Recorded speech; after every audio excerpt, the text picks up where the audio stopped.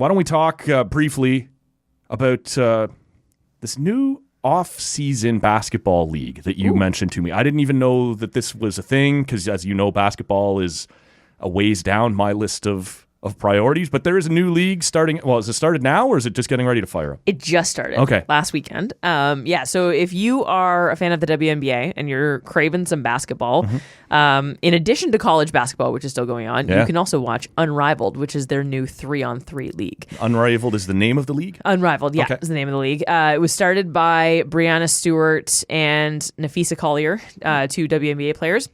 And basically, it was kind of born out of, we're all kind of familiar with the fact that, unfortunately, a lot of these WNBA players have to go overseas in the off-season to make money. Sometimes get stuck there. And sometimes bad things happen as a result. Yeah. So after the whole Brittany Griner situation, there was a very obvious, urgent push to try and find a way to make sure that players didn't have to do this and didn't have to go to areas like Russia.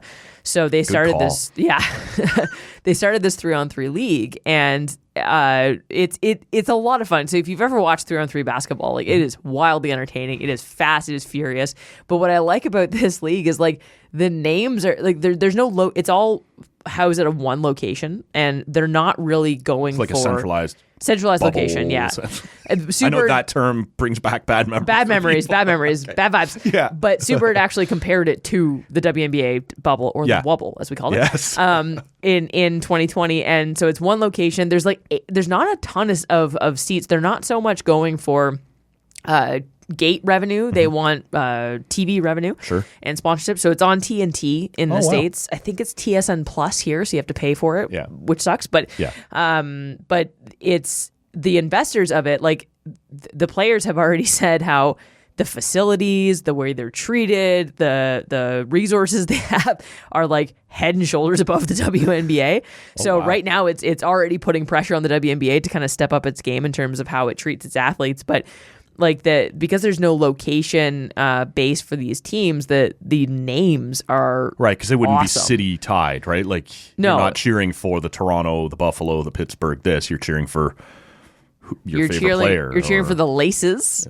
You're cheering for the Lunar Owls, the Mist, the Phantom, the Rose, and the Vinyl. The Vinyl, and I mean vinyl as in vinyl record. You read that right. And because it's 3-on-3... I still think I kind of like the Lunar Owls. The Lunar Owls, yeah. It's odd. I like that. Because it's 3-on-3, the rosters are smaller. Sure. And almost every major WNBA player, aside from Caitlin Clark and A'ja Wilson, are playing in this league. So every team is like an all-star team. And so, like, the potential in this league is just wildly high. Is it gimmicky? Like, are there different rules? Obviously, for 3-on-3, it'd be slightly different rules. But, like, are they... Is it like NBA Jam crazy? Or just Have you ever watched CBL games? Yeah. Yeah. So the one thing Vanessa was telling me, the one thing that they do that's much like CBL, the fourth quarter, you're playing to a set score. Yeah. You're playing to a set score. Oh, okay. So instead of, like, let's say one team is ahead by 10. Okay. That team is not. You're now both kind of at 0, and you're playing for a set score. I think, or something like that.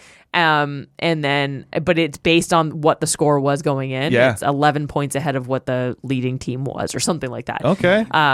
So Vanessa the clock explained won't run out on you. You're just trying to beat them to this score. Exactly. See, this was always the fans get really into. Of course. Like, this is one of those things, and I know baseball, because of its pace, whatever, not everybody loves, but I love that there was no clock. You have to beat, until you get 27 outs, this game is not over. You have to beat me. The clock won't save you. You can't, teams start dumping the puck in and sitting back and holding behind. No. You have to come finish me off. I love that. As a fourth quarter rule for basketball. And as we've seen with, like, NHL 3-on-3 overtime, like, teams just run out the clock. Yeah. You get possession, and then you, like, skate back to your own neutral zone and in your zone. Wait till we get the change we want. Wait till the situation's the way we want. What could have been so entertaining has kind of turned into a bit of a snooze fest there because of that. And so I like that they did this, because there isn't that run out the clock mentality. No, you have to go score these points. Yeah, and the shot clocks are obviously shorter because it's 3-on-3, and 3-on-3 basketball is it's a lot of fun to watch, because it's just never a dull moment.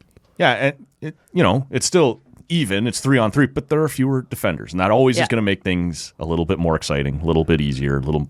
You said the way the players are treated and the venue and everything is at least WNBA standard or higher. are they getting paid WNBA level, or is this because it's an off-season thing, kind of a supplement your income? Oh no, they're making way more. Oh, okay. Yeah, I'll have to look it up. Could threaten.